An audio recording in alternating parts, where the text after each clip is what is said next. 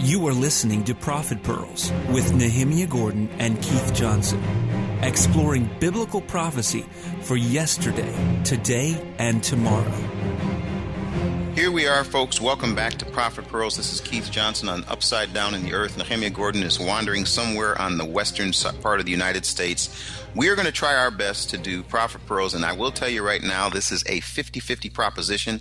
Why is that? Because technology is not cooperating. We're going to get right into it, but before that, Nehemia, can we just let folks know that this really is...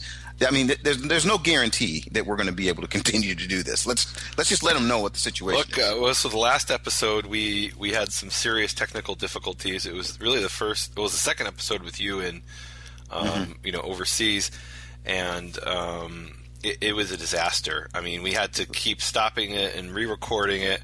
And when you really pour your heart and soul into doing this, it's not, we're not reading from a script. We're giving our souls to Scripture, and then to have to redo that, it's tough. It takes a lot. It might be like a 15-minute thing that takes a lot out of you, and we actually had the discussion: are we going to be able to continue this?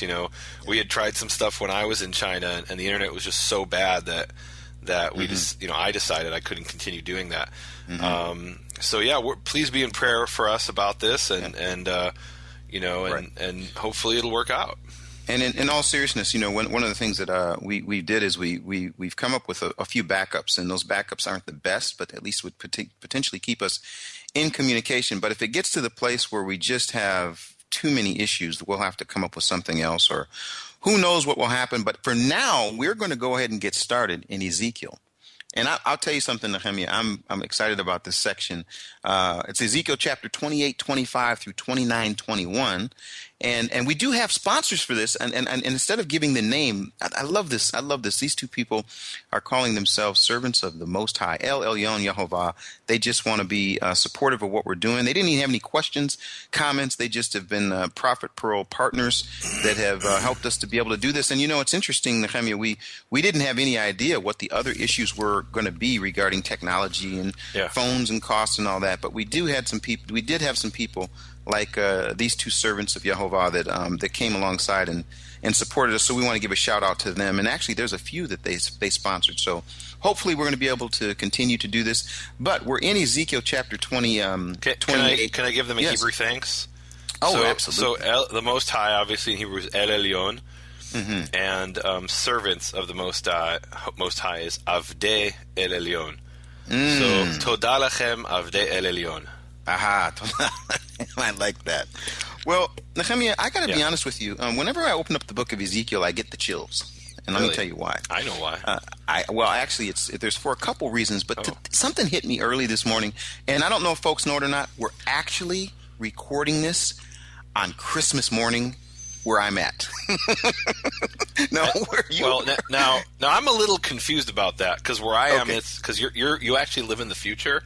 I live in the future, yes. You got in your TARDIS and traveled into the future. But where I am, it's December 24th, at just around sunset time. Does that make it Christmas Eve? Or is that like on the Jewish calendar, it's Christmas Eve? I really don't know the answer to that. Like, I was getting together with these people for Thanksgiving, and I had to ask an American, so do you eat the meal Wednesday night? Or is it because that's the Jewish mentality. So when is Christmas Eve? Is it December 24th or 25th? The truth of the matter is, some people start getting ready on the eve of Christmas, as many people have the tradition that's their Christmas day. Other people wake up in the morning and make it Christmas Day, and so literally it kind of covers both issues. So the evening before, and some the entire people are day. On the Hebrew calendar is what you're trying to tell me. Some people are on the Hebrew calendar. What are you talking about? Yeah.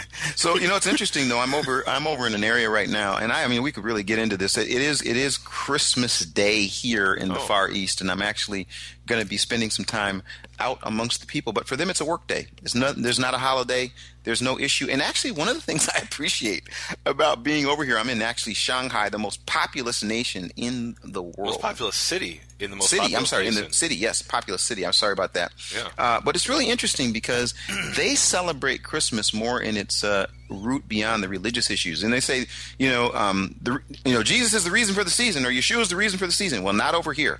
I mean, there's none of that. I mean, they might have a Christmas tree or whatever, but they're thinking of it completely different. And I know you were here, obviously in a different part of China, but I really find that interesting that there's not the religious significance to the celebration. What I found weird is when I was in in a mall in Changsha and over Christmas last year, and they'd be having these songs about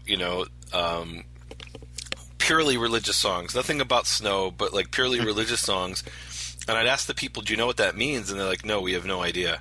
No idea. And there's an interesting analogy I came up with. So you watch these American movies, and there'll be some religious scene, and you hear people doing this, like you'll hear this choir singing a Latin chorus. You know what I'm talking about? It's like those angelic voices. Now, what are they really singing about? I mean, no one has any idea, and probably nobody cares. It just sounds religious. They might be singing about, the price of tea in China, but in Latin. And I think that's how the Chinese, they'll hear, Noel and Silent Night, and to them, that's just pretty sounds. They don't care what it means. Yeah, they just want to buy and sell. Yeah. So anyway, we're actually there's so much going on. I mean, we can talk about a lot, but let's get right into this with Ezekiel. The thing I wanted to say about the Ezekiel is I was this morning I was thinking about him, and the reason I brought up this morning was because I was telling you it's Christmas morning over here, but it's Christmas Eve over there. But I was thinking this morning about the ups and downs of Ezekiel, the highs and lows of his life. The fact that he sort of lived, and correct me if I'm wrong about this, but I mean he really lived in the mountains and the valleys. A prophet who could speak about what Yehovah says and then to deal with the reality. His wife dies, or he's dealing with it's so many things. Yeah, he's a tragic figure. He's a tragic figure, and yet Yehovah used him. And I mean, and I just have to say, when I read, like I say, I get the chills. I've had a number of interactions with this book. But we'll get right into it. But it really just strikes me that he is such a I don't know. He lives life sort of. I don't even know what the word is. I mean, you said tragic. I just thought about the hills and the valleys of his life. I'm like, wow, amazing. So here we go. Ezekiel chapter 28, verse 25. So here we've got a comment again, like we talked about in the last episode, about how you have these sections. And the sections are, they're the chapters are later invention, and so you would assume, well, in the Hebrew they're going to go based on the original Hebrew sections, and that's not at all the case. So here, clearly in chapter 29, verse 1, there's a new prophecy, and 28, 25, and 26. What are those doing in this week in this week's portion? Yeah, and the answer I think is simply it's a happy story. There definitely was this thought, like we want to read something in the synagogue out loud. We'll read the stuff that's relevant for the portion, but we also want sort of a lift me up. So verses 25 and 26, they're the lift me up. I'm going to sing. I'm going to be happy. And when it gets to 29, I'll let you take over with your Methodist downtrodden. You go ahead. You go ahead and start out with 25 and 26. Okay. So it says, "Thus says Lord Yehovah." I love it when it says that. A lot of people say, "Oh, Lord." Every time it's Lord, that's in the Hebrew. In the English, that must be Yahweh or Yehovah in the Hebrew, but that's not the case. Here it's Adonai Yehovah. So Adonai actually appears in the Hebrew. Thus says Adonai Yehovah, Lord Yehovah, when I gather the house of Israel from the peoples, that they were scattered in them. And I will be sanctified through them in the eyes of the nations, and they will dwell upon their land, which I gave to my servant Jacob. And can I read 26? And they will dwell upon it in security, and they will build houses, and they will plant vineyards, and they will dwell securely. When I carry, and this is really interesting. I want you to read your English translation of this rest of the verse. Can you do that? Okay. So when I inflict punishment on all their neighbors who malign them. Wow. Interesting. Yeah. So it's interesting what that actually means. Here's how I would translate it, although admittedly it can be translated a number of ways. So it literally says here, Ba'asotish Shvatim. Shvatim is maybe that should be the word of the week. So we've got the word shofet, which is a judge. Shofet, and we actually have two Torah portions in the for those who want to listen to the original Torah pearls. We have two Torah portions. Shvatim is we have one called Shoftim, which is judges, and Mishpatim are judgments, and this one is Shvatim, which is the result of judgment or verdicts. So Tishvatim means when I carry out judgments or verdicts. And it says, against all those who something them from their surroundings. And then the JPS, it has, let's see, all those about them who despise them, it translates it, which is definitely not what it says in the Hebrew. King James says despise them. What did you have in yours? Neighbors who malign them in NIV. Okay. So here's how I would translate it, but I suppose it's possible to translate it despise or malign. I would here it's less clear. I would say all those who cause them to wander in their surroundings, from their surroundings. Mm-hmm. And they shall know that I am Yehovah your God, their God. So this is an amazing picture. There's going to be this ingathering of the exiles, and Israel will dwell securely in the land, and all the nations will know that God is true because of the ingathering of the exiles. And it's amazing. I'll speak to people all over the world today, and their faith has been fundamentally transformed in my lifetime and in your lifetime. I mean, worldwide, there's been fundamental transformation of people's faith over this issue of the Jews coming back to the land. So that it's a fulfillment, and we're not done. But this is a beginning of the fulfillment of these verses in Ezekiel 28, 25, and 26. And that's what gets me so excited about this. You know, he's describing this thing that we take for granted, because I was born in it. When I was born, this was the reality that Israel, Jews, millions of Jews have been gathered in from the four corners of the earth, and we're continuing to be gathered in through this process of Aliyah, of this ascent to Israel, ingathering of the exiles. But when he was saying this, it must have sounded insane. I mean, the Jews have just been taken into exile. The 10 tribes were taken into exile, and he's talking about how this is the proof that our God is true, that we're going to come back to this place. And they must have thought, yeah, right, Ezekiel. What are you smoking? Not literally, but you know. And we read this, and we're like, yeah, of course that's true. No, this was an amazing prediction that for thousands of years sat on the pages in black and white, and people said, yeah, right. And now we live in that time where it's a reality, where we have the privilege of taking it for granted. You know, it's interesting. There are people, commentators, who would say this. I think even in the 1800s and things, and they talk about the people coming back, and even then they were like, "What are you talking about? You know, this place is not even a legitimate." They looked at it and they're like, "What? Like literally, what are you talking about?" And like you say, that's actually happened. One of the things that's interesting to me is when I read it, and it says they will live there in safety and will build houses, and you know, there's this. I can't help it. I mean, I always have to talk about sort of the modern day. We talk about Prophet Pearls for yesterday, today, and tomorrow. And today, this particular phrase causes a lot of angst with people all over the world, because you're talking about building houses. That immediately in their mind says they're expanding, and they use that word that they're building settlements. They're building settlements. But you know what's something? I was just looking a couple days ago. They just finished the International Bible Contest, and Netanyahu was in this contest. He says he studied every week. He studies every week with his son, the Prime Minister of Israel. He studies every week with his son, and he prepares for this international contest. And they just had this contest. I think it was on Tuesday, and he made it. You know, he was there. Of course, he's the Prime Minister, so he can say, "Look, I qualified," but he didn't win. And what's interesting about this is, the reason I think about this is they ask these really in-depth questions. They ask about the prophet and the name and this and that and the other. But the other thing they talk about is circumstance in the Bible. So here's the prime minister who clearly knows that this verse exists. He clearly knows it's something that even we talked about before. Hearing these portions read in the synagogue about houses being built. And so I just, what hit me was, here's a person who's opening up the book, reading the book, and then leading and then attempting to lead a country. Like, that's just not the case over here. I mean, the Bible is not a part of any aspects of what's going on. And one of the things that I have to say is they were talking about, and he was talking about, why he wanted to have this international Bible contest, because they have it for children, but why he wanted to have it for adults. And as they were discussing it, they were talking about the Bible being on the streets, meaning that the people of Israel would understand, yes, we are the Jews, we've come back, but that the Bible, not just the traditions of men, not just the rabbinic rule and regulation, but the Bible itself, the scriptures, would be on the street. So when I read this, I think about that, and I think about, like you say, this is what's happening in present day, but it comes from this book. And so that just, I don't know, that really encouraged me. The prime minister put himself in a contest to see who knows most about the book. Yeah, isn't it amazing though? Like, so going back to the verse, so let's dissect this. What is this really saying?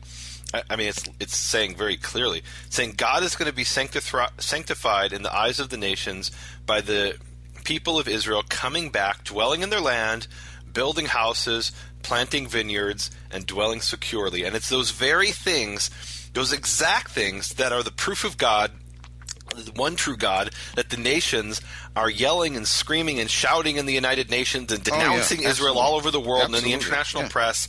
You Jews, you're building homes. You stole that land from the Palestinians. Wait a minute. Read the Bible. It says it right here. This is proof that the one true God exists, and they don't want that proof to be heard. I think there's an agenda there. Nehemia, you're they don't want the people to know. Read the Bible. They don't care about the Bible. That's the problem. The Bible's got no I'm going to say something this really controversial. Read the Quran. Did you know in the Quran it says that the God of the Quran gave the land of Israel to the people of Israel? They don't preach that in the mosque, I'll bet. Now, we can talk about whether that's the true God or a false God, but even according to the people who don't believe the Bible, even their God says that this land belongs to Israel. And despite that, all the nations want to come against Israel, just like it talks about in Psalm chapter 2, for example, and murmur and make noise and say, no, we are speaking against God's anointed people, and we will not let them live out a proof of the existence of the one true God by building homes and living securely. We're going to do whatever we can to stop them. Yeah. We're going to call black white and white black. We're going to call bitter sweet and sweet bitter, and we're going to make a mockery of truth. But whatever it takes, we're going to prevent the Jews from building their homes in their land in fulfillment of this verse. Absolutely. It's interesting too. We're going to be, as we're going through this, folks, and we've done this. We started the beginning of our series.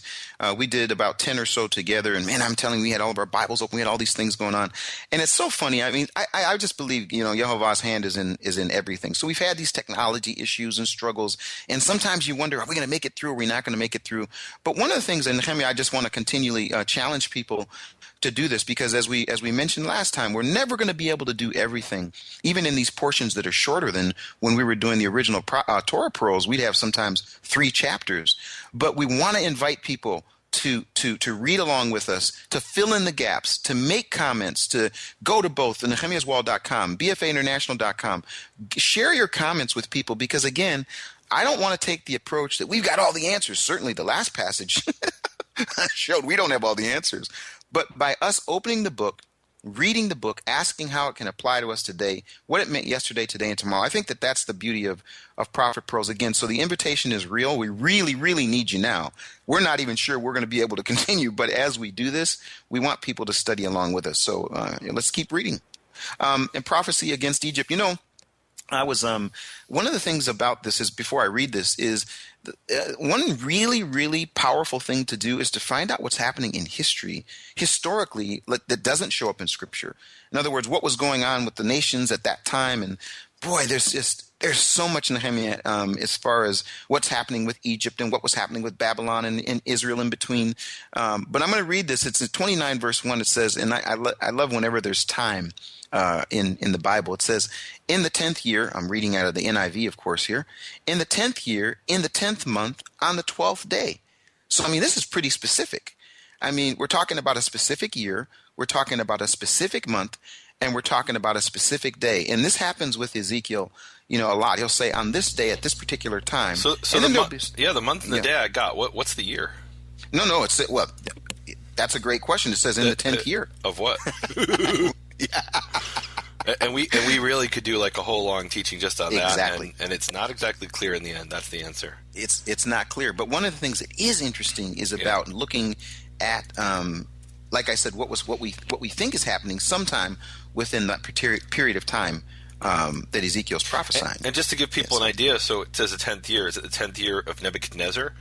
Is it because he was taken into exile by Nebuchadnezzar? Ezekiel was. Is it the 10th year of the exile, which began in 597 BCE? Is it the 10th year of one of the kings of Judah, who maybe isn't even reigning anymore? Meaning it could be the 10th year of Jehoiachin or Jeconiah. It could be the 10th year of Zedekiah. It's really it's not entirely clear. Isn't it something? Wow. Yeah. So it says here, he says, "Son of man, set your face against Pharaoh, king of Egypt, and prophesy against him and against all of Egypt, and speak to him and say, this is what the sovereign Lord in the NIV says. This is what Adonai Yehovah. I hope that says in 29:3. 1 second. Look at 29:3. So it's Adonai Yehovah again. Sovereign. It's Adonai Yehovah. So why do they say sovereign Lord? It says Lord Yehovah. That's weird. Because I would think sovereign translates the word melech, king, but in this case it's translating the word Lord. So they're just that makes no sense. Well, maybe because they already had decided that it's Lord, so they didn't want to say, thus says Lord. Yeah, of course they didn't want to say Lord twice. But sovereign Lord, yeah. They're just making stuff up is what you're telling me. Yeah. They're coming up with their attempt to try to fix it.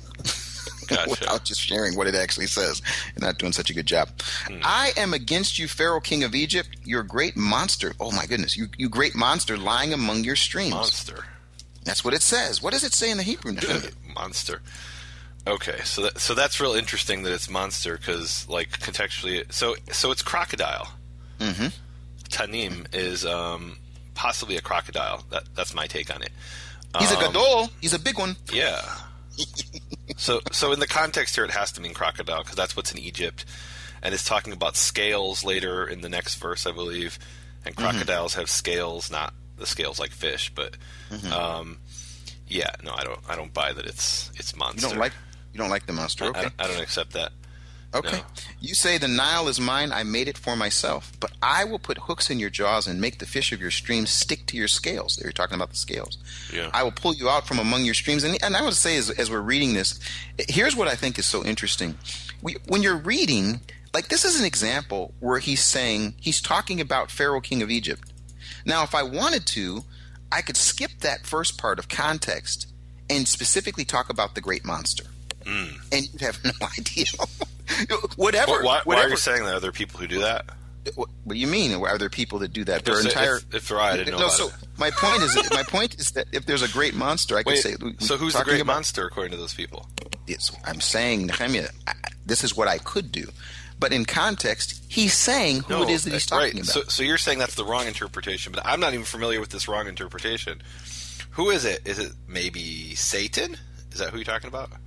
I have no idea. No, you're telling me. Stop joking. Are you telling me there's people who actually take this passage and say it's speaking about Satan? I didn't say that. No, but is that what you're saying? What I'm saying I've never is heard that in my life. If I wanted to, what I'm saying is this. I mean, it could be that I want to start my own denomination, okay? Okay. Oh. Here's the deal. The denomination is going to be based on battling the great monster, okay? Now, here's the point. How does the passage start? Pharaoh, king of Egypt, and then gives a picture of Pharaoh, king of Egypt. Right. Let's just cut that part out. Okay. Let's just talk about the great monster. I can open the Bible. I can show you. I've got a translation. It's the great monster. Right. And I could build an entire teaching, revelation, thoughts about the great monster. But again, language, history, and context. What's the context here? He's speaking about Pharaoh. Even if it's the great crocodile, or even if they say it's the great monster.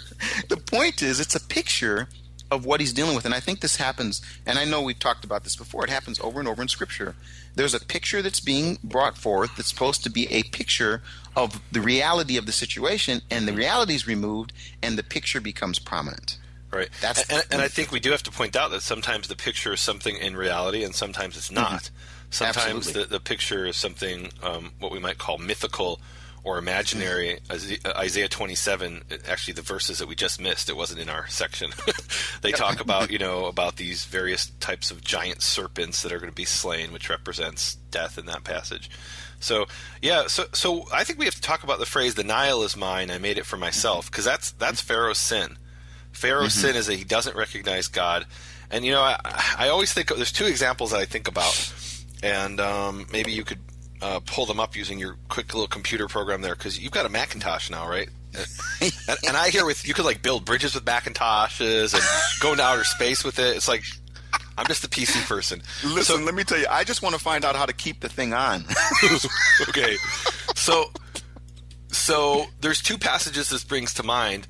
One is in Daniel, where Nebuchadnezzar is walking through his kingdom, and he looks around and he says, I made this all by myself. I'm amazing. And then he gets stricken as an animal, like disease for 7 years or whatever it is. And the other is the king of Assyria, who comes to destroy Israel. And this is the time of Hezekiah, and he says a really similar thing, that I made this all by myself. I'm invincible. Your God can't do anything to me. And God strikes him in that instance as well. And in both cases, there's this pride. And every time I hear it in Israel, I'm speaking about Israel. This may happen in other countries, but I hear this in Israel a lot, and it makes me really nervous. It actually makes me scared. I'll hear people say, we have the most powerful army in the world. We built this all by ourselves. We built this country. We built this, this amazing army. And then it always makes me really nervous, because it sounds like it's right out of this passage and those other two passages. Like, what are you guys doing? And there is a remnant in Israel who recognizes that it is Yehovah who gave us the power to do these things and enabled us to do these things. And without him, literally our wheels would have been coming off in the mud, like Pharaoh going through the, Pharaoh had an amazing army, but when it came to chasing Israel, God took his wheels off, and he could do that to us just as easily. And there are stories about that people in the Israeli army fighting the enemy, and the enemy just disappeared, or the enemy ran away. You know about that in the Yom Kippur War, for example. And so I literally get scared whenever I hear people saying, we did this with our great might. We made all this wealth and greatness with our great might. And I'm like, guys, this is the creator of the universe. We have to give him the honor. Otherwise, we'll end up like Egypt and Assyria and Babylon. And it's interesting, the phrases that you're talking about is exactly sort of, obviously that's the point. The point is, he's saying the Nile is mine. He says, here's what I'm going to do. I'm going to put hooks in your jaws and make the fish of your streams stick to your scales, pull you out from among your streams, and with all the fish sticking to your scales, I will leave you in the desert, you and all the fish of your streams. You will fall in the open field and not be gathered or picked up. I will give you as food to the beasts of the earth and the birds of the air. Then this is what I love about verse 6. Then all these things are going to happen. All who live in Egypt will know that I am Yehovah. I mean, it's even in that. I keep getting this thing over and over again, Nehemia, where I just think about how big and how awesome and how amazing the creator of the universe is. That he deals with the friend and foe. He deals with Israel in their disobedience. He deals with them in their obedience. There's redemption. There's accountability, and even those other nations, and we're going to get into that are used as a part of that plan. Right. I mean, it's just wow. Then they'll know that I am Yehovah. Wow. So, go ahead and you can read the next couple of verses. Okay, so you stopped in the middle of the verses. It says, they will know that I am Yehovah because you have been a reed staff for the house of Israel. I love this imagery. I'm going to read from the JPS here. This is really great imagery in the Hebrew as well. When they grasped you with the hand, you would splinter and wound all their shoulders. And think about that. You're walking on almost like a crutch or a walking stick made of reed. And anybody who's dealt with reed, papyrus is probably the original thought here of Egypt. But any reed in a stream, it's like bamboo, or actually it's not like bamboo. Bamboo is very strong, but the reeds in the Middle East are very weak, and they splinter, and they'll go right through your hand. They'll splinter through. You're leaning on it with your hand. It'll splinter it'll break, splinter into your hand, and go all the way into your shoulder, wound all their shoulders. And when they leaned on you, you would break and made all their loins unsteady, meaning they fell. I love that image of the pierced hand and the pierced shoulder and person falling down. That's an amazing image. And so the very walking stick that they trusted is the one that pierced through their hand. And that's a powerful image. It's one that appears a number of times in Isaiah as well. And what's the idea here? That there's this international superpower, Egypt, and the other international superpower is Assyria and later Babylon and later Persia. But really it's Egypt against Assyria that's being, and then against Babylon that we have this image for. And Israel's in the middle. Israel's being, is being squeezed in the middle between the two superpowers. And what God is saying is, trust me, don't trust Egypt. Trust me, don't trust Babylon. Don't trust Assyria. And instead Israel says, well, yeah, I'm not going to trust you. I'm going to go trust the superpower. And to this very day, that is something that causes Israel to suffer, trusting in a superpower instead of trusting in the greatest superpower of all time, the one that never falls, the one that never stumbles, the one that never has the pierced hand, the one who will always be powerful, Yehovah, the creator of the universe. Amen. Amen. And this phrase comes up, and we can stop and look at it and see it and talk about it, but it really is an important phrase. As I'm reading through this, the phrase jumps out over and over again. Then they will know that I am Yehovah. Then they will know that I am Yehovah. Then they will know that I am Yehovah, or that I am the sovereign Lord. In the NIV, I am Yehovah, Adonai Yehovah. It's like again, it's like the rhythm of what's happening. You can get caught in listening to what's going on and hearing it and understanding it, and then he says, and then they will know. And then there's some more, and it says, and then they will know. Is it fair to say it's like, and all this is going to happen, the purpose, that they will know that I am Yehovah. Wow. All right, let me read a few verses here. Yeah. Assuredly, thus says Lord Yehovah, lo, I will bring a sword against you, and will cut off man and beast from you. This is something about Egypt. So that the land of Egypt shall fall into desolation and ruin, and they shall know that I am Yehovah, because he boasted, the Nile is mine, and I made it. Yeah. So, I love that. It's not just a river in Egypt. It's the symbol of their defiance. They're not relying on God. They're believing in their own power and not the power of the Creator. Verse 10, therefore, behold, I am going to your... it's funny, it says to deal with you and your channels, and I will reduce the land of Egypt to utter ruin and desolation from Migdol to Siene, all the way to the borders of Nubia. That's in the JPS. In Hebrew, it's actually from the Tower of Svene, which presumably maybe Aswan, who knows. Anyway, all the way into the border of Kush, which was the kingdom of Kush, which was in Sudan today and part of Ethiopia. No foot of man shall traverse it, and no foot of beast shall traverse it, and it shall remain uninhabited for 40 years. And that's really interesting. So when did What's that the happen? 40 years? Yeah. when was that? And it's interesting, we were talking about the dates and times and stuff like that, and so here comes this specific date. Now, what do you want to do? You want to find out. So when are those 40 years? Is that going to let me know exactly what that those dates are and when those dates are? And is that an image? 40 years meaning. Thus says Nehemia, the 40 years begins with the Arab Spring. Dun dun dun. So here's where we could make up our own theologies. We could say it was in the time of the Persians or the Assyrians, or maybe it's something in the future, or maybe it was something sometime historically in the Middle Ages. It's here's an interesting situation. When we talk about the 70 years of Israel being in exile in Babylon, we know exactly when it began. I should say exactly. We know roughly when it began and roughly when it ended within a few years.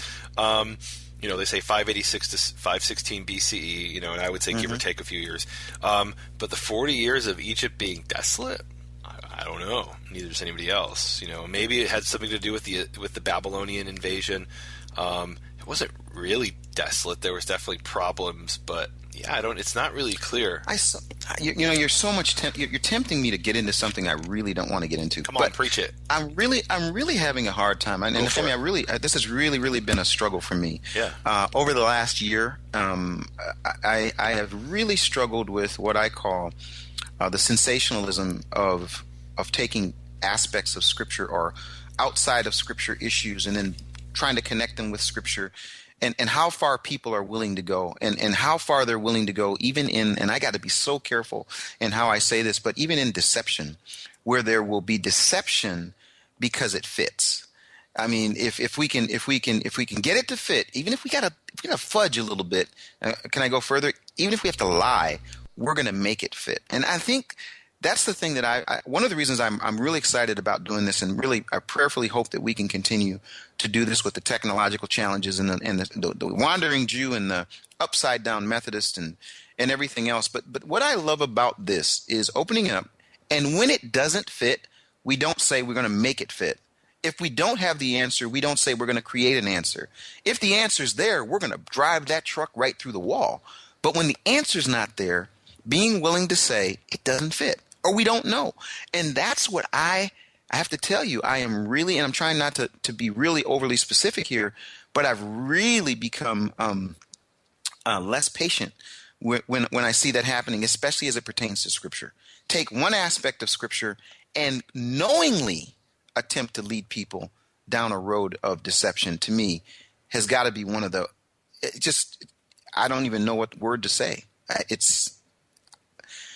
I'm struggling with that.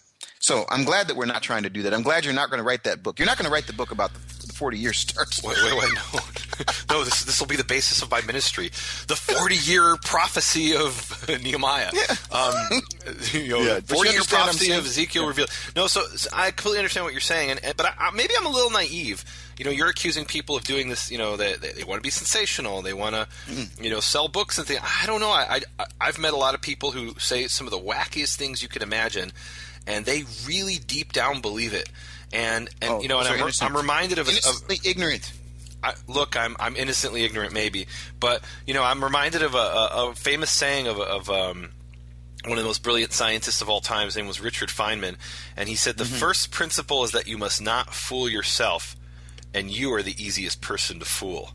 And I gotta wonder if those people, are they really intentionally deceiving others, or are they just so desperately want to believe it that they first fooled themselves and then they go out and fool the others. And I want to give them the benefit of the doubt. I can't see in their heart. I would like to say to you, I want to thank you for that. I want to try to keep that as the category that they've fooled themselves and now they're attempting to fool others. Okay, I'll go with that. Okay, but I wish I knew that was the case all the time. Unfortunately, that doesn't seem to be the case in some circumstances that really are just, it's bothering me. I'm still bitter about the thing on, what was it, like 2012, there was like the end of the world, and you were supposed to be raptured away, and I was supposed to get your iPad, and it didn't happen, and I'm still bitter about that. The guy gave a specific date, all the Christians would be taken away, Jews throughout the world were celebrating, and, except we were going to get left behind with some other people we don't really get along with. We'll take you guys first.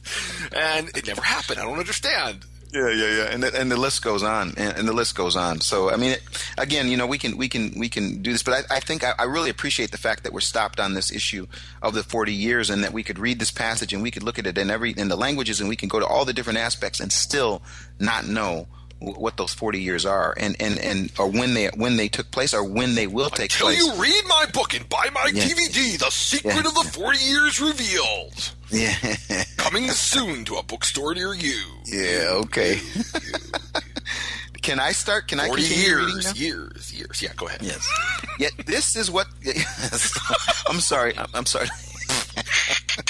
This is what the Sovereign Lord says. This is what Adonai Yehovah says at the end of 40 years. And then again, here it comes again. I think this is interesting.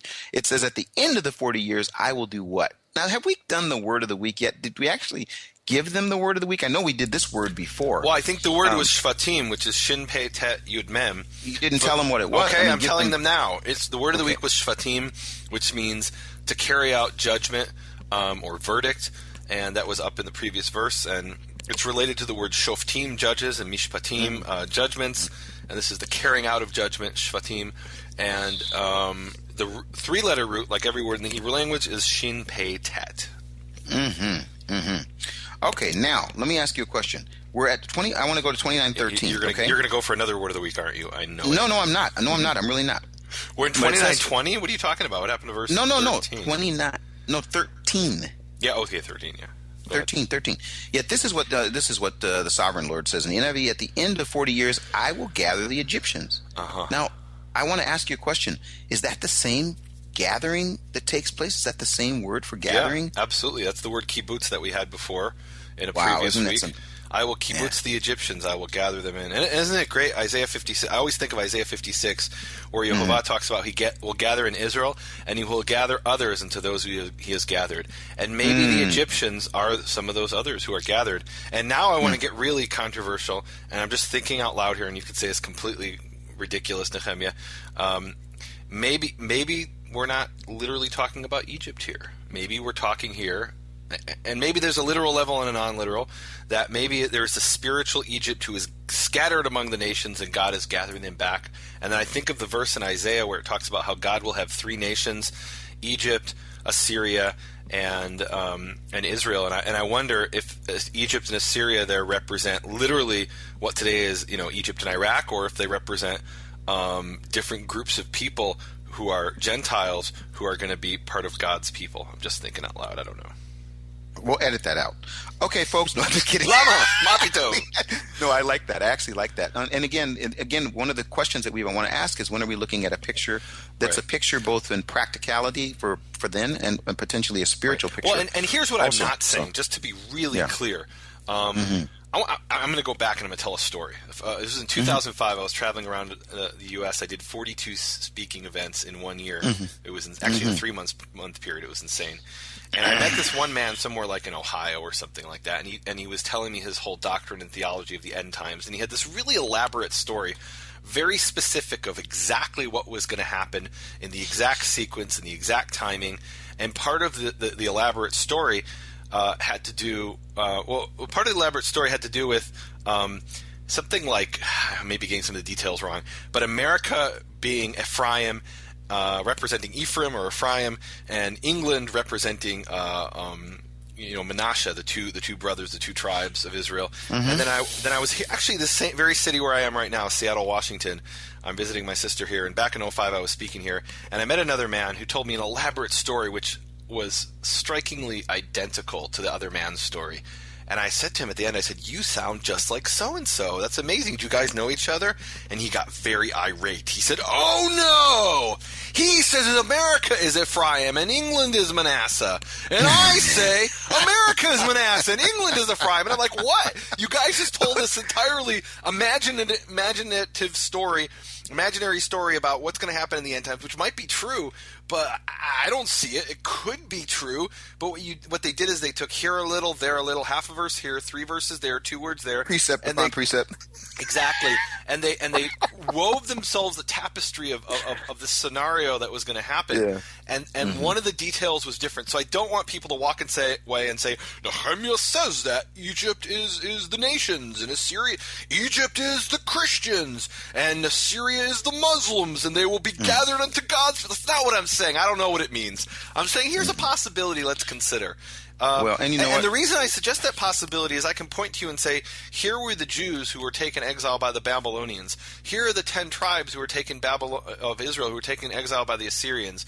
Where in history do we have the Egyptians taken as exiles for 40 years? I don't know about that in history. And so maybe Egypt isn't literally Egypt here. I don't know. It's possible. Or maybe it's happened in history and we just don't know about it. Maybe it will happen next week. Who knows? I could actually go down the road of bringing some thoughts about why that might be. But I think I like the idea of it being a possibility. Again, the issue becomes when this is what's going to happen, and in fact, we're going to break fellowship if you don't. Egypt represents the Scottish. If you don't agree, then all of a sudden we can't talk anymore. I mean, that's where things get to. So now can I read this 14? Read it, preach it. Okay, I will bring them back from captivity, return them to the Upper Egypt, the land of their ancestry. There will be a lowly kingdom. It will be the lowest of kingdoms and will never again exalt itself above the other nations. Now, when I read that, then I say, okay, so the gathering, because we have to add that into the aspect. The aspect is he's going to gather them so that they will not be able to stick their chest out and say, this is what we've done. They will never again, it says in 15, exalt themselves above the other nations. Right. I will make it so weak that it will never rule over the nations. Yeah. So, and we have to bring the possibility that this has already happened, meaning, and specifically if you look at the history of Persia, the Persian Empire was this huge empire that lasted several hundred years, and the history is really murky. There's a lot of things that happened that were really not clear. There were all kinds of splits and factions and rival kings and emperors, and so this could have actually already happened. And maybe that's why Egypt to this day is a second-rate nation, and probably always will be. I will just say this: I have been waiting to get to this verse. Now this happens to be where one of those verses where I desperately want to find out what else is happening just because of the timing of it. But it says, and please check me here. It says in the 27th year. We don't know what year that is. What happened to verse 16? I thought we were at 16. Will no longer be a source of confidence for the people of Israel? Yeah. Is that what you're Okay, reading? go ahead. You go ahead and talk Never about that. again shall they be to the trust of the house of Israel, recalling its guilt and having turned to them, and they shall know that I am Lord Yehovah. Okay, now verse 17. Oh, he's going to bring up. There's a new book off that verse. Okay, it's one of the most important verses in the entire Bible. Have I even said that once this entire section? I was thinking I'm about saving that. it for the end. I've been counting. We're up to 72 of the top 50. No. I'm saving it for the end. In the 27th year, in the first month, on the first day. Boy, oh boy, what? First month, first day? Is I mean, is there anything hitting there? Is there anything hiding there? I mean, was it really on the first month of the first day? Like, which first month was that? Wait, so this is really apropos. This is appropriate. Because today, where I am, is December 24th, and this will be broadcast January 15th, and this took place January 1st, right? Is that what it's first day of the first month, right? No. We're talking about so was this Rosh month, Hashanah the first day of the first month? No, I don't think so. I think it's the first day of the first month. I think it's not of the seventh month, right? Yeah, it's not the seventh month. Okay. And it's interesting because we could go and say, well, yes, it was because in those where Ezekiel was, that's the way they were counting time. They were counting it based on the seventh month, and they would argue that and go, Yeah, but they still called it the seventh month. If they wanted to say the first month, meaning they could have said Tishrei, which was the seventh month. But if you said it in the Hebrew terms, you called it the seventh month. And actually, even in the Babylonian system, they also began their year in the seventh month, but they also called it the seventh month. That's why it was so convenient for the rabbis. But that's a different story. Mm-hmm. Well, now I will say this: as he's hearing this word from Yehovah, this is where we get into interesting, specifically speaking of the king of Babylon, and I mean, and I don't know what. I don't know. I tell you what I want you to do, Nehemia. I know that people get a chance. Hopefully, people are taking advantage of listening to the passage being read in Hebrew, both at nehemiaswall.com and Biblical Foundations Academy, bfainternational.com. We have Nehemia actually reading the entire passage, and I have to say, when I hear the passage, especially some of the names. So in 17, verse 18, how would you say in Hebrew what we always call Nebuchadnezzar? Nebuchadnezzar. Yeah, Nebuchadnezzar. Like in that movie, there was the ship, the Nebuchadnezzar. So yeah, it's Nebuchad. There's actually two forms of the name in Hebrew. One is Nebuchadnezzar, which is the more well-known version. But here in verse 18, it actually says Nebuchadrezzar with a resh. So isn't it interesting? The same word can be with an R or with an N. Nebuchadrezzar and Nebuchadnezzar. Boy, you probably don't remember this, but we were having a conversation about why this was happening. We won't go into that right now. Okay. But anyway, so 18. Yeah. So go ahead and read it, 18 and 19. All right, this is the JPS. Oh, I can't stand it. All right, it says, "O mortal." In Hebrew, it says Ben Adam, which is son of man. Son of man, King Nebuchadnezzar, or Nebuchadrezzar. Actually, in the JPS, it says Nebuchadrezzar with the R. Does it? Yeah. Is it R? Okay. Nebuchadrezzar. King Nebuchadrezzar of Babylon has made his army expend vast labor on Tyre. Tyre is a city in Lebanon. Every head is rubbed bald, and every shoulder scraped. But he and his army have had no return for the labor he expended on Tyre. Assuredly, thus says Lord Yehovah, I will give the land of Egypt to Nebuchadrezzar, king of Babylon. He shall carry off her wealth and take her spoil and seize her booty, and she shall be the recompense of his army. As the wage for which he labored for what they did for me, I give him the land of Egypt, declares Lord Yehovah. That's amazing on so many levels. Wow. And I'm telling you, we can read, and that's what I said about history. I have to just give one little quick story. One of the things that I am doing over here, my wife Andrea is been selected to do a really important job over here. She's working with some people that are establishing Montessori schools in China, which, if you know anything about the education system in China, this is a really big deal because they're very, very strict in how they teach and what they do and what they want the kids to do and the tests they have to be made. And the Montessori way is completely different than that. Some really, really smart people went through Montessori. In fact, the founders of Google were Montessorians, and so really? The Chinese people are very open to having a shift in their educational approach. So what I've said to her is, I'm going to do whatever I can to be supportive of her. as she's been supportive of me, and one of the ways that I can be supportive is to be able to expand some of the things that we're doing from this part of the world, because as she's doing this work with them, I'm here and being supportive of her. But one of the things that happened, Nehemia, I thought a lot about you because I was in a home with some Chinese people, and one of the things I've decided to do is I'm not going to be illiterate here. I'm going to learn the language. I'm going to learn to read and write, and I'm doing that diligently. But what I love about children is little children is they're so honest. So as I was reading through this, passage, I thought about you and me, and it says, and every head was rubbed bare. So I'm over at this house. Wait. And let me finish. No, hold on. So I'm over at this house, Nehemia, and I've got on my hat because it's cold over here at this particular time of the year, and I take off my little hat. Well, and not just is it cold, they don't really use central heating. You're kidding me, it's freezing. Yeah. So the little girl says to me in Chinese, "Mayo hair." Mayo hair, no hair. So I take my little hat off, and she looks at me. The first thing she says, "You don't have any hair on your head." Kids are so honest, and I thought about Ezekiel. My head has been rubbed bare. I don't know if it's true. That's the way it says, but Nehemia, also your hair has also been rubbed bare. This is a choice, Johnson. It's a choice. Okay. All right. Anyway, let's go. Let's continue. This is what he says. Okay, so we're talking about Tyre, and he's talking about Egypt. Now, I don't want to skip ahead to the most important verse. No, let's skip ahead. I think it's in the passage, but I want to give you a chance to comment before I say what I want to say. Go ahead. I'm waiting for my verse at the end. Okay, you want 21? Is 21 yours? Yeah, 21's mine. Well, we'll share it. Can I just talk about 20, because we really are getting. Yeah. We're getting okay. He says, "I have given him Egypt as a reward for his efforts, because he and his army, and check me if I'm wrong, did it for me." Mm-hmm. That's what it says. What? I mean, this is where I almost have to have the revival music. That all through Scripture, it's like the hardening heart of Pharaoh. I hardened his heart that my name might be known. It's like when you get into this conversation about just how big he is, that they shall know that I am Jehovah. Just how amazing he is, how his hand can be in the smallest detail and in the largest movement in the earth, in the creation of everything, and then the smallest thing like the picking of a wife for Isaac. It's like he can do everything. And here he says. And in this, he says, they did this. Did what? What they did? They did it for me. Wow. Yeah. I don't know why that overwhelms me. It just overwhelms me that we look at situations and circumstances, and we've talked a lot about this. His will shall be done on the earth is what our book, Prayer to Our Father, Hebrew Origins of the Lord's Prayer. It shall be done. Why? Mm-hmm. Because he's running this show.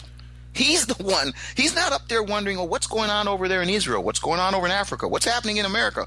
He knows what's going on. His hand is in what's happening, and that's why he's worthy of all of our praise, all of our energy, all of our devotion, all of our love. And I mean, he is that amazing. And when I read this verse, it just shows me how amazing he is. He's like, you see all this stuff going on?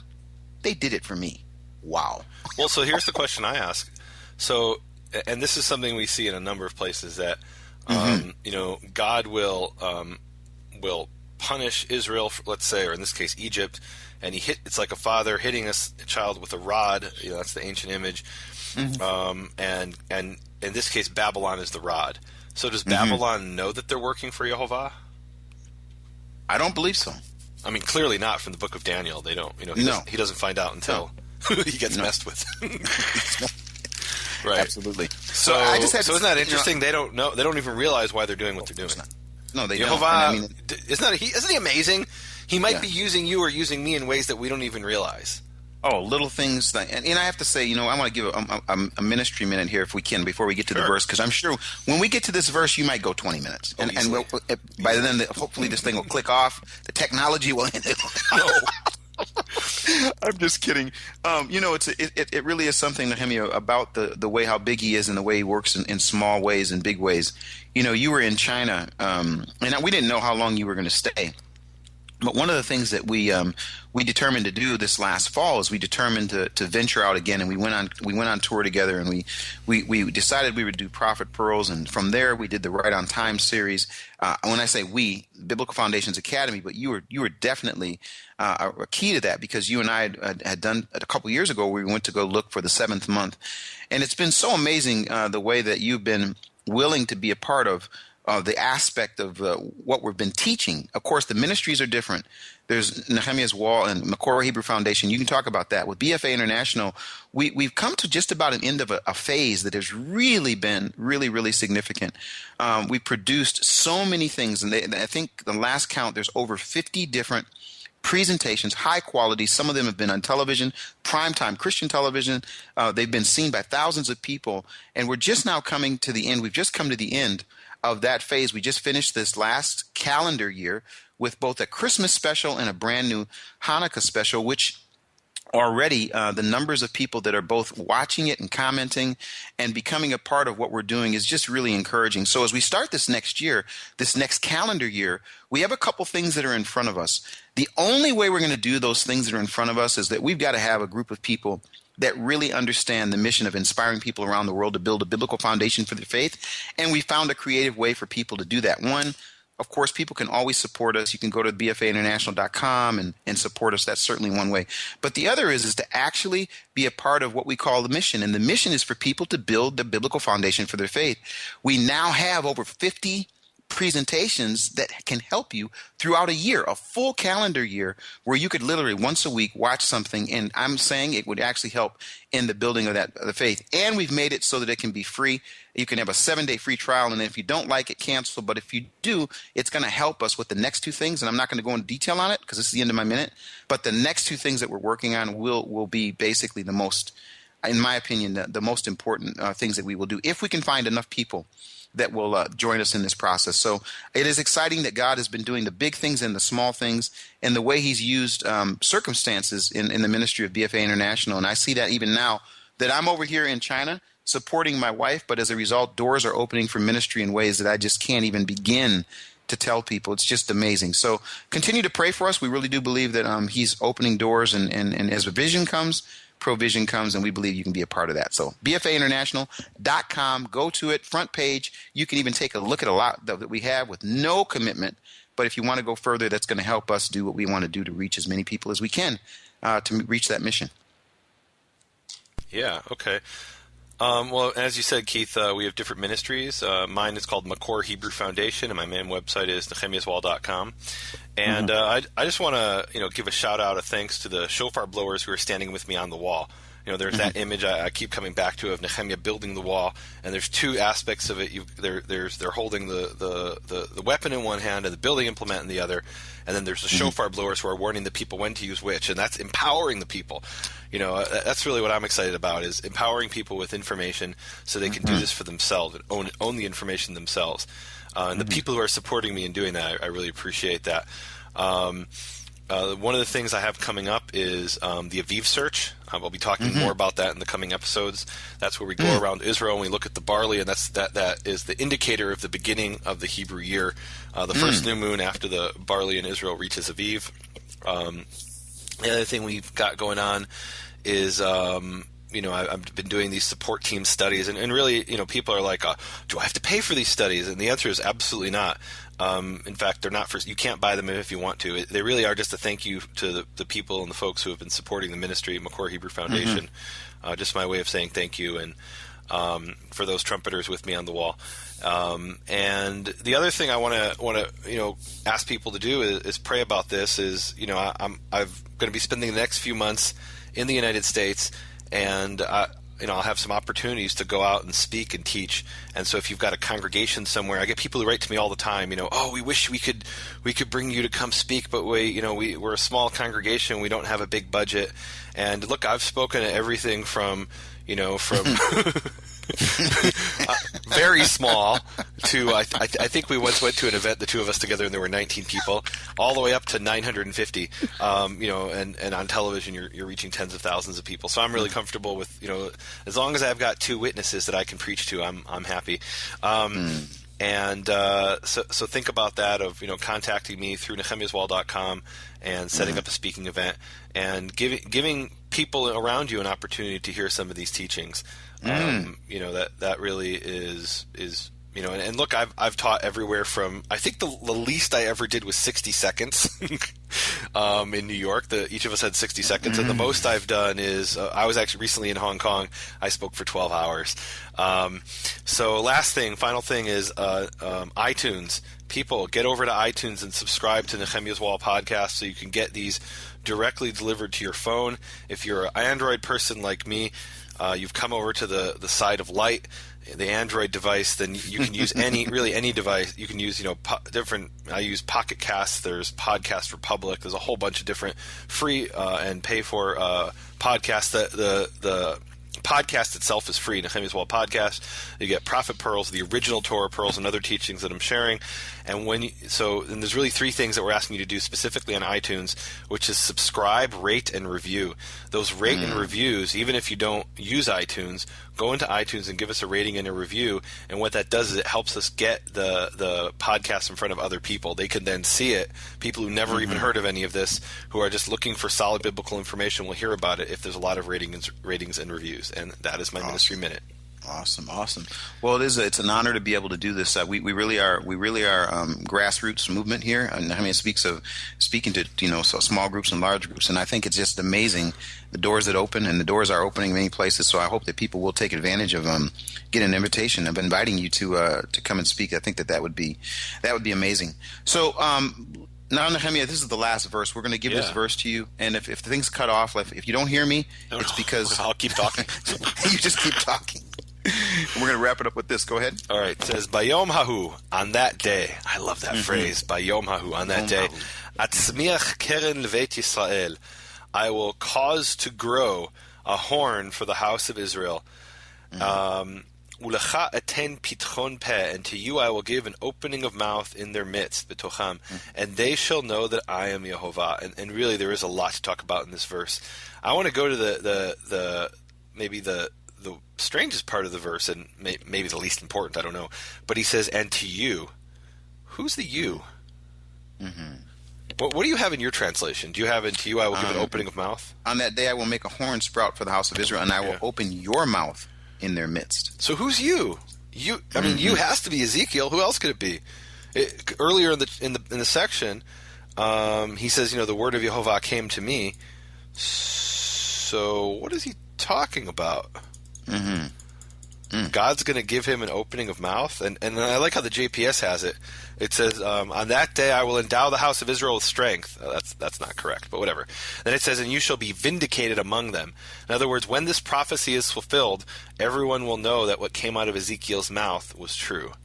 That's pretty cool. Now, apparently it hasn't been fulfilled yet. But Ezekiel 29:21 we have here, on that day it says, "Atzmiach keren," I will cause to grow a horn. These are words that are so charged with meaning that, I'm excited. So let's talk about atzmiach. The root there is, maybe that should have been the word of the week. It's the three-letter, we'll have a second one. Tzemach, tzamach mem chet is the root, and it means a plant or a shoot, or it could also mean a branch.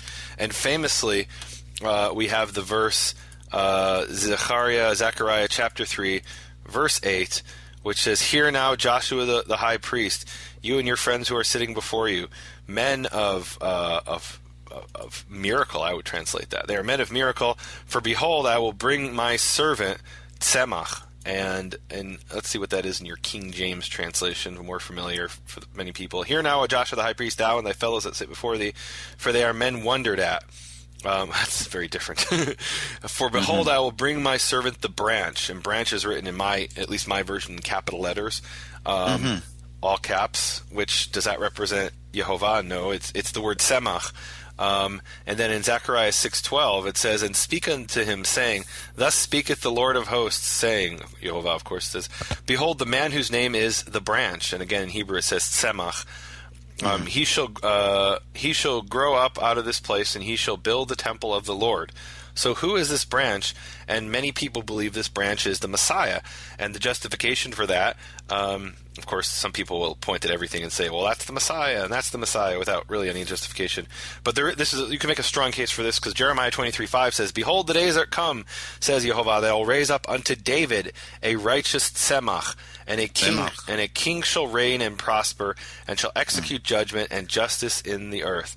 So here we have very clearly what we think of as, at least what Jews think of as the Messiah from the line of David, the Davidic Messiah who will be king of Israel. He will be called the Tzemach. And that's three witnesses, two in one in Jeremiah and two in Zechariah. And I believe when it says, "I will cause to grow here a tzemach," I will cause to grow here a horn, that atzmiach is the same root, and therefore is referring to the Messiah in Ezekiel. I think that's pretty cool. Now, the word keren, which is horn, literally it says, I will cause to tzemach a keren. So keren is a word that also in at least one passage refers to the Messiah, or a Messiah in any event. So 1 Samuel 2:10, it says, this is let me read you the King James Version. It says, "The adversaries of the Lord shall be broken to pieces, out of heaven shall be thunder upon them. The Lord shall judge the ends of the earth, and he shall give strength unto his king, and exalt the horn of his anointed. And exalt the horn of his anointed, he will raise up the keren of his Mashiach." And here we're clearly talking about the king. It says explicitly the king. So this is the King Messiah, perhaps in the time of Samuel, but definitely this is the image of the King Messiah, who is referred to as a horn. And of course, horn there is a symbol of two things. One is the strength. You see, those rams who clash, and that's a symbol. Even today, you have the ram truck, which has the symbol as the horn. But even in ancient Israel, that was even more the case. And of course, horn is also a vessel that held the oil of anointing. Amen. So they would pour a horn of oil, literally a horn full of olive oil, on someone's head, and that was a sign someone was anointed. They were Mashiach. They were anointed with oil. So I'm excited about this verse. This is a verse foretelling the coming of the Messiah. And when the Messiah comes, we'll all know that Ezekiel was telling the truth. And I love how it ends, "V'yad'u ki ani Yehovah," and they shall know that I am Yehovah. This was all about it. All points back to the Messiah will come, and we'll know that Yehovah is the one true God. Wow. Well, I just have to say I'm glad that we took the time to share that. That's a pearl, Nehemia. That's one of those pearls that we love to find. And as we continue to go through this process, we're looking for more pearls. We want people to go over to nehemiaswall.com, bfainternational.com, and share the pearls that you got out of these passages. Just go to the comment section of both of those websites. If you comment on one, comment on the other, and if you comment on the one, go on the other one, because we got so many people that do half or part, or some people even go to both. But we just want to reach as many people as possible to help them build their faith. And yeah, what a blessing this is. Well, we made it through another one. We can write this one down. We made it through the technology. You should see, Nehemia, I'm here. I've got a Wi-Fi event thing over here. I've got a little Chinese phone. I've got an iPad. I've got a computer. I've got my Bibles. I've got these other things going on. I've got 3 levels of security so that we can keep on doing this. I'm not sure where you are or what you're doing, but you're definitely having to make adjustments as you're wandering throughout the United States. So, in the meantime, while you wander and I continue to find right side up and upside down part of the earth, we want people to keep reading and watching and studying, and more than that, continue to pray that we would be able to continue to bring these pearls from the prophets. Amen. Amen. Thank you for listening to Prophet Pearls with Nehemia Gordon and Keith Johnson. For more information, please visit nehemiaswall.com and bfainternational.com.